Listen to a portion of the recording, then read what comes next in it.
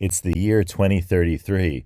What does content look like everywhere? Find out today on Life's Potluck Buffet. I'm John Paulus. Thanks for joining me. So, as usual, I will ask the cards, which I think they've already visited 2033. So they'll be able to report back on what they see when they were in 2033. Guys, you wanna try to keep that in mind as you answer this question? Please do. Okay, so I'm going to shuffle the cards. I ask the Life's Potluck Buffet card deck the question: what is the evolution of content in the future? I think I did that 3 times. There you go, 3. All right. Now I'm going to shuffle them away from the microphone. Okay. Here we are. Now it's time to cut the deck. See if I can get it in the spot I see here. I see that's where the answer is. Okay. Sometimes you see a spot when you're cutting the deck that you're like, that's where the answer is. Ooh, this is an interesting card. Card number 5, translation is your enemy. Considering when transitioning to a new field of work that one type of work cannot sensibly translate into another, consider how you wouldn't tell people that you're able to tie your shoelaces unless you really know how to tie your shoelaces. Now consider tying shoelaces is good for tying shoelaces and no other job. When it comes to any job field, learn how to get and show experience rather than learning how to translate. Okay. That's good. Yeah, so this is about accurately talking about your experiences. And that helps you really, figure your way out. It really does, because identifying what you're doing is hard enough. Then translating what you do into some other language, not, another, in English, not another language like Finnish. Remember that episode about our resume in Finnish? Oh, that was a long time ago. That's a good episode. I sang a little bit in that episode about, I had this idea for a musical in my head called The Frogman of Peoria, about a guy who was, I think, a biology teacher in the musical that I haven't written yet, and he becomes a aquarium manufacturing industry person. I don't know. Was he in sales or was he in design of the aquarium? I can't remember from from the episode, but I think the title of that episode is "Confusion in San Antonio." The San Antonio part is not related to the Frogman of Peoria, but it's from a few months ago, and in that episode, I talk about focusing on accurately describing what you do in relationship to work and a job, as opposed to translating something and trying to shoehorn it into something that it's not. That's, and then focusing on learning and having experiences and skills and showing those experiences and skills in the target job area, rather than trying to shoehorn yourself in there. So, okay, and that's also good for you too. It's not just the job thing is not just it's not just about getting the job, right? And that's the whole point of this, is that understanding clearly what you're communicating about your work is good for your work, and it also has the added effect of making it clear to others who are hiring what you do. So that's the message here, and translation is your enemy. Now, okay, so now what is this talking about in terms of content of the future? Shoelaces. Tying shoelaces. Interesting. So, yeah, the shoelaces thing is really sticking out to me. in this card. So the answer that what the cards have seen in 2033, I think, has to do with shoes and shoelaces or something related to that. What is the idea behind shoelaces? Well, I could think about this. I think that the the way that content to me is evolving is that it's not just the digital versions of things, like the digital assets and things like that in terms of content, the NFTs or other digital expressions that have to do with content.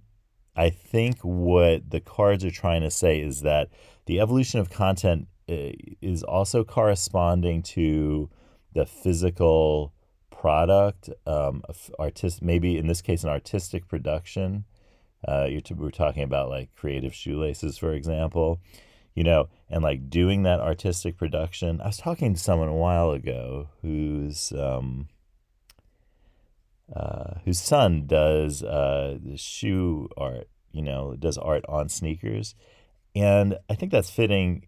I think the reason I thought about that and shoelaces is that that kind of style of work and content production on a physical object, I think is going to become more important in the future. This is a little bit contrarian, but, well, so is everything with Life's I said Lice Potluck Buffet. This is why the auto-generated captions start spelling it Lice.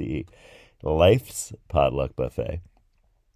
That contrarian nature of the cards to say the kind of opposite of standard advice, not just for the sake of saying the opposite, but because there's something productive to be had from considering the viewpoint that maybe advice that's given out there, the standard advice might not be as helpful to you as something coming from, let's call it left field, Life's Potluck Buffet left field. So I think people in general are thinking, well, the future is digital, right? And in many ways it is, but I think we're already seeing the corresponding, I don't know, it's not pushback, but it's like the corresponding reaction. This is kind of like the action and reaction. The action is there's a lot of digital content that we're really focusing on digital content, right? But there's also that physical content thing. And I keep on thinking of like 3D printing, that's obviously very big. And that's the evolution of content tells me that more and more we're going to want to see physical products produced, and the digital, as is the case with 3D printing, the digital world may be essential in that, right? Because you need a code to be able to give the instructions to the 3D printer to print the correct model that you're printing, or the correct item, whatever you're printing. But I think that physical production of objects is the content of the future. It is going to be sometimes informed, I think largely, especially on a large scale industrial scale of production, it is going to be 100% informed, as it already is, by digital modeling, programming, and so forth, where you need to get the language, needs to be obviously a digital language that then gets, speaking of translation, translated into the physical reality, like the 3D printing thing. That's interesting, because I think the cards are saying, look to something that does not involve the translation, so therefore does not involve digital content turning into physical, real, so to speak, objects. Think about the content that is being produced, like that sneaker art I was talking about, that is being produced by people for people, as a physical object, a physical product, physical art. So that's kind of interesting because it's kind of a little bit like Back to the Future. When we think about the future right now, we say, oh, well, you remember I was talking about the electric gondolas and this idea of like this, this kind of future of energy and so forth. And we're always trying to think of ways to tie in the digital world. And we should also think about the evolution of content kind of taking a step back, so to speak, and being physical production of real objects, art, and content that is not informed by the translation of binary zeros and ones into a physical object that we can pick up and that we can look at and that we can touch. So keep that in mind. I think that's what the cards are telling us, that what they've seen in 2033 are those very special shoelaces. I don't know what type of shoelaces they are. They haven't told me that much, but we know they're shoelaces.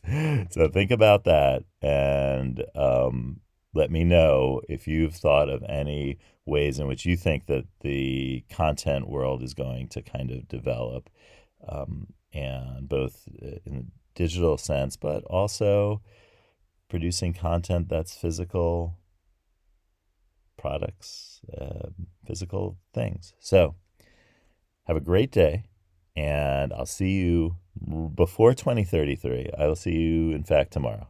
And so take care, and thanks for listening as always.